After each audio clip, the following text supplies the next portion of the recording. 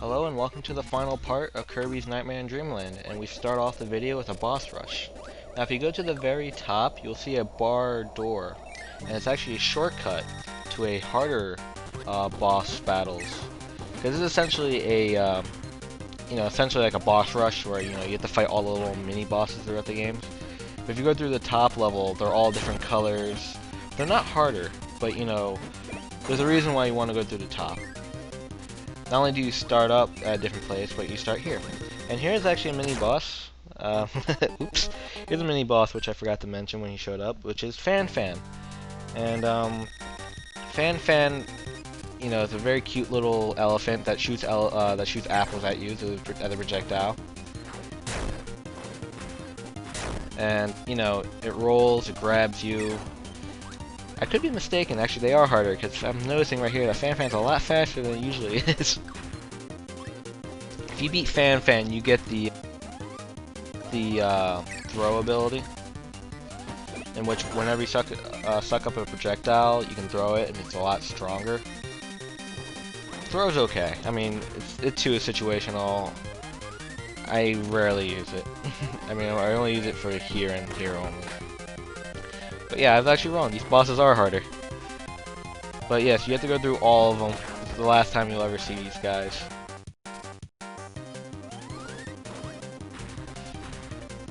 Now, if you go the regular route, you will fight them, but I think they're normal colored, and you fight all of them, including like the Poppy Bomb Senior, and all that. And here is another little mini boss, Fire Lion. He is just a lion that's on fire. What he gives you for beating him is burning, and he just tries to attack you. And you just have to grab his stars that when he misses that he drops. Now to quickly backtrack, Fanphy actually was not in Kirby's Adventure. Originally they were the turtle character in that game, which I can't remember, who does the same exact stuff that Fan does. Now why did they replace him? Before that, the reason why you want to go on the top route is that you get, what, 5 1-ups? So, go for the top route. But there was a turtle character in the original, and he would do exactly what Fan does. And I have no idea why they replaced the turtle. Maybe they didn't like the design. I really don't know, but only difference, turtle. So, as you can tell, the turtle is extremely memorable because I remember its name. But yeah.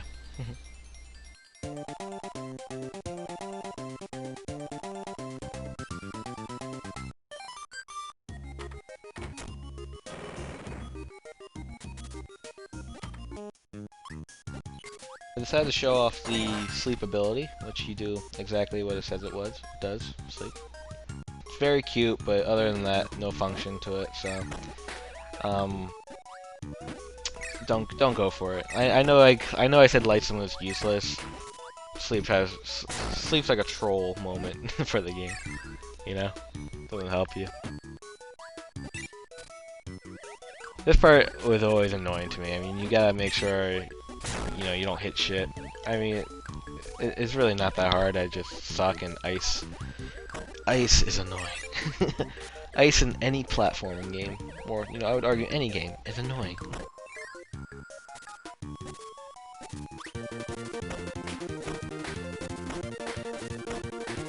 I do like the fact that the closer we get to the Rainbow Resort, the closer the moon gets in the background. It's a nice little attention to detail. It's nice when the, closer we get, the closer everything else gets. It's cool. You gotta be quick on this one or you lose the things. But as you can tell, I went for them.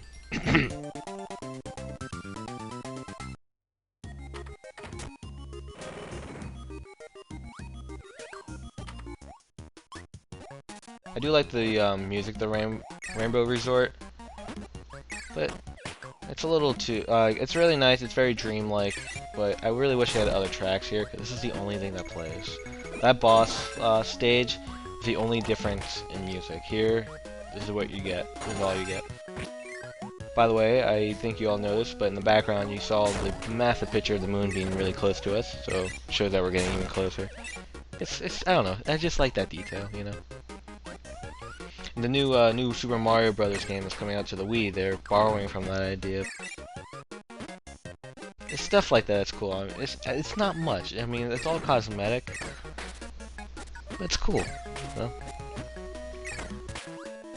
Here's the famous little rooms with nothing in them, but you still have to get to the other side. They seem to be very common in Kirby games, because I think in pretty much every Kirby game, they're there. Like, you know, all the main platforming games.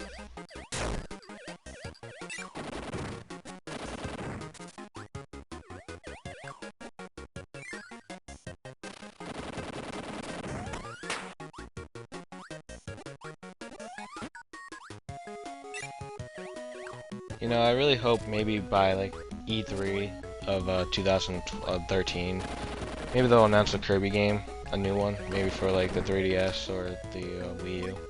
And that's a little selfish because they did just release Kirby's Return to Dreamland, you know, a fantastic game. And I'm not like bummed out that there's no games in 2012 because I mean it's only been 1 year and the 20-year anniversary collection just came out, so you can always get that. But you know, that's just a rehash. But who knows? I mean, Kirby's one of the top selling franchises of Nintendo, so they'll probably, you know, they'll probably get it to us. But I do wonder what they're gonna do because will they take advantage? The one thing that's cool about Kirby is that, you know, Kirby games tend to always take advantage of the Nintendo hardware. So like when the DS came out, they had Canvas Curse, which took advantage of the touchscreen. Then they had Mass Effect, which like was complete control of the touchscreen. By the way, Mass Attack. I said Mass Effect. I meant Mass Attack. It's a fantastic Kirby game. It's probably actually one of the best DS games ever made. I mean, serious. Like, even as like a if you're not a big Kirby fan, Mass Attack is a must-own DS game. You really need it. Like, you'll love it. It's extremely hard. Like, it's challenging. The touchscreen controls are phenomenal. Seriously, it's great. Like, I really loved The Return to Dreamland. That's my favorite Kirby game, even though they came out in the same year. But even though I don't talk about Mass Attack, that was a great game. Seriously, that's like I know Black and White 2 is coming out in terms of Pokemon, but you know, I would argue, like, I'm not gonna say anything about Black and White 2 because I haven't played it. But I would argue that Kirby's Dreamland is the last great Nintendo DS game before the DS completely finishes it off. But I do want to get Black and White 2. I'm a little worried about it. Like I love Pokemon. It's just, you know, just getting worried that this franchise is standing a little too, like, isn't evolving quick enough. So, like, they need to, like, change it up. But yeah, but you know, I shouldn't be talking about Pokemon in a Kirby playthrough. But I love Pokemon.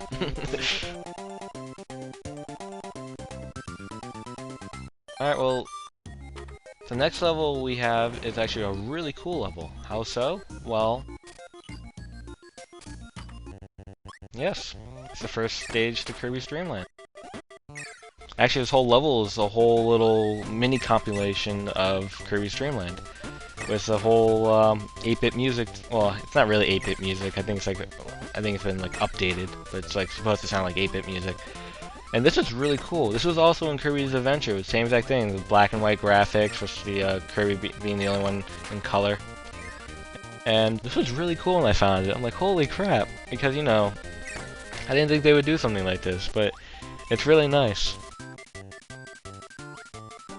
I think it would be cool if they remade Kirby's Dreamland 1, 2, and 3. Like, I know they're different, but, you know, if they made a compilation, whatever you call it. Shut up. Not the one that they made a 20-year anniversary, but one where they fully update the graphics. It would be nice. Now, I know that Kirby Superstar and its remake do that. They do remake them, but they're different. I don't know how to put it. I mean, they're great, but they're different. You know? They're not like they're not the full games. I guess they're like this. They're condensed. You know, they're short. So this is a nice throwback. I just like the fact that they all get the sprite work pretty one-to-one, make it look nicer, and have the original Green Green song playing.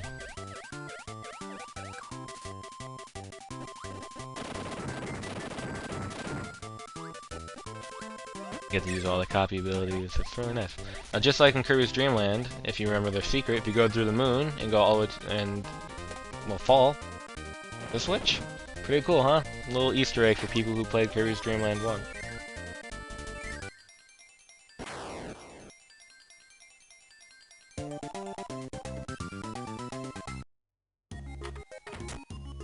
And we are now entering the final boss stage, in which we are about to we're about to face King Dedede.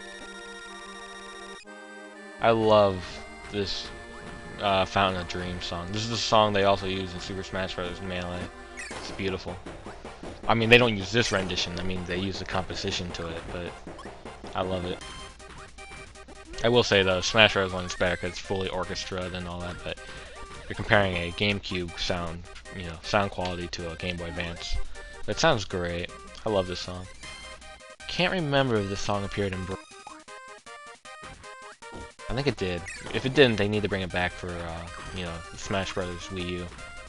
I really want to see that game whenever. I think they'll show it off at E3, but yeah. King Dedede pretty much has the same exact boss strategy as he did in Kirby's Dreamland. He's going to try to attack you. This time he has a few new arsenals. Actually, that's not true. He pretty much does the same exact stuff. He tries to attack you with a hammer. He has multiple moves to try to attack you with his hammer. He tries to suck you up and shoot you out. They got rid of his bounce though, so he only floats like this. You know, the cool spring jump. I think they got rid of it because I guess it looks weird with these new sprites, but you know. It's a shame they got rid of it, but you know, they bring it back in like, you know, Smash Brothers Brawl and all that, so it's not like it's gone forever. I mean, that little jump there could constitute as it, but it's not as... But yes, King Dedede is really easy, and yes, we beat the game. We got all the star pieces. We got all the switches. And so all there's left to do is to put the Star Rod back and return everyone's dreams back to normal.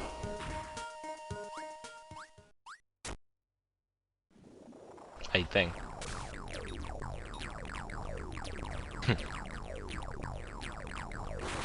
So yeah, Kirby goofed up.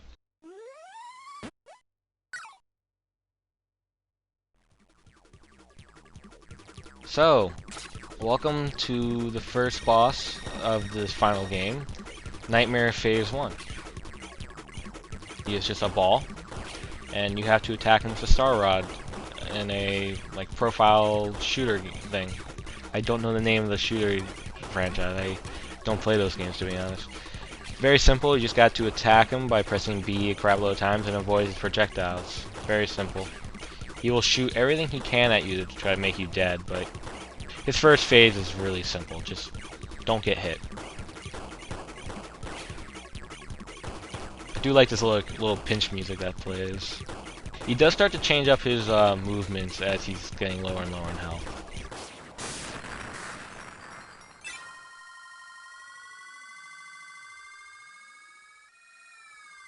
I also really like the fact that since we've been traveling to the moon, the final battle takes place on the moon.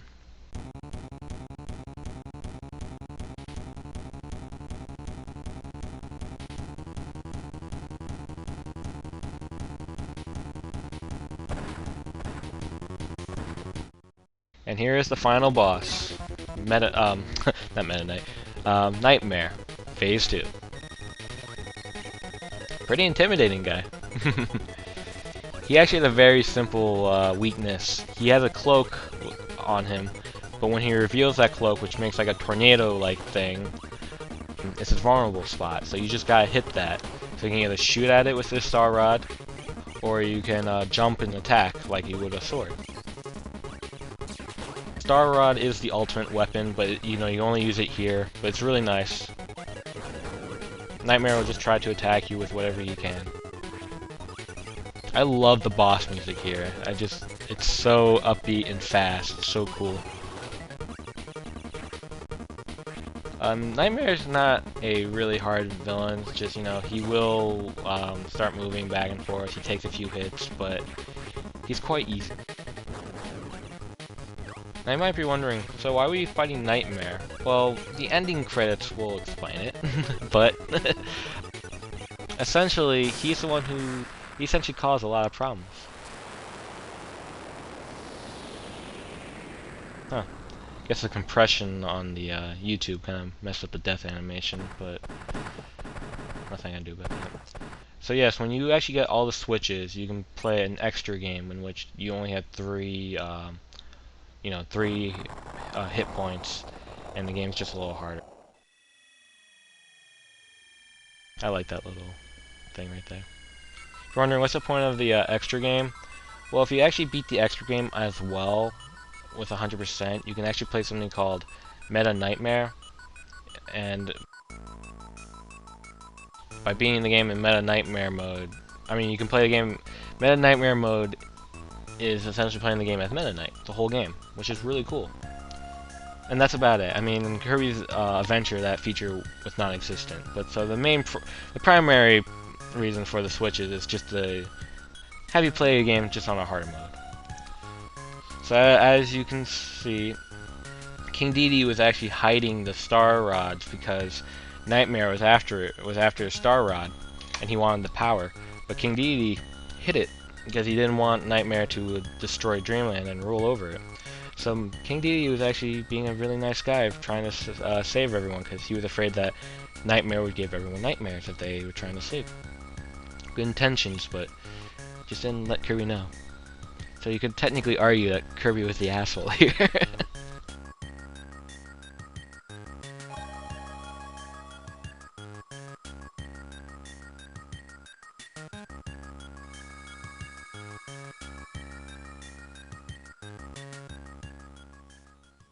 So yes, this was Kirby's Nightmare for Nightmare on in Dreamland. I know the title. I really like this game. This is actually, you know, many people say this is the defining moment for Kirby, because every game since this game, you know, the Kirby Adventure, because you know this is just a remake of it, is you know, Kirby, this is the formula, you know, this is what made Kirby what it is, and they're right. You know, without this game, Kirby really wouldn't be what it is, but while I love this game and its design and definitely its music, I would say it's not the best, because I really don't like the fact that, you know, one hit you lose your ability. Some of the levels, even though I didn't really mention it, some of the levels are kind of boring, like Rainbow Resort's a little boring. Some of the cloud levels, I know I'm being kind of vague here, are also kind of boring.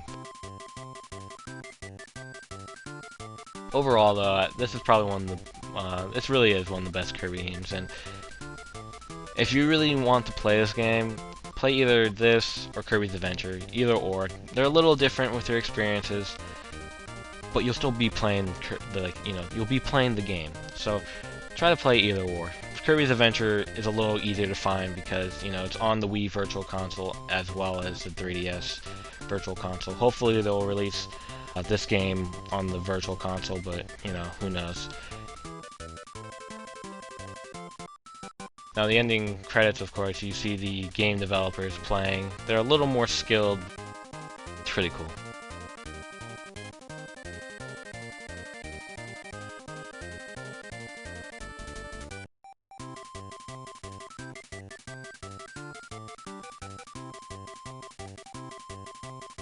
Well, I really hope you all enjoyed this commentary. I know I did, and I'll catch you all next time. So have a good night, and this is Kurt, also known as 1upkid, saying see you later.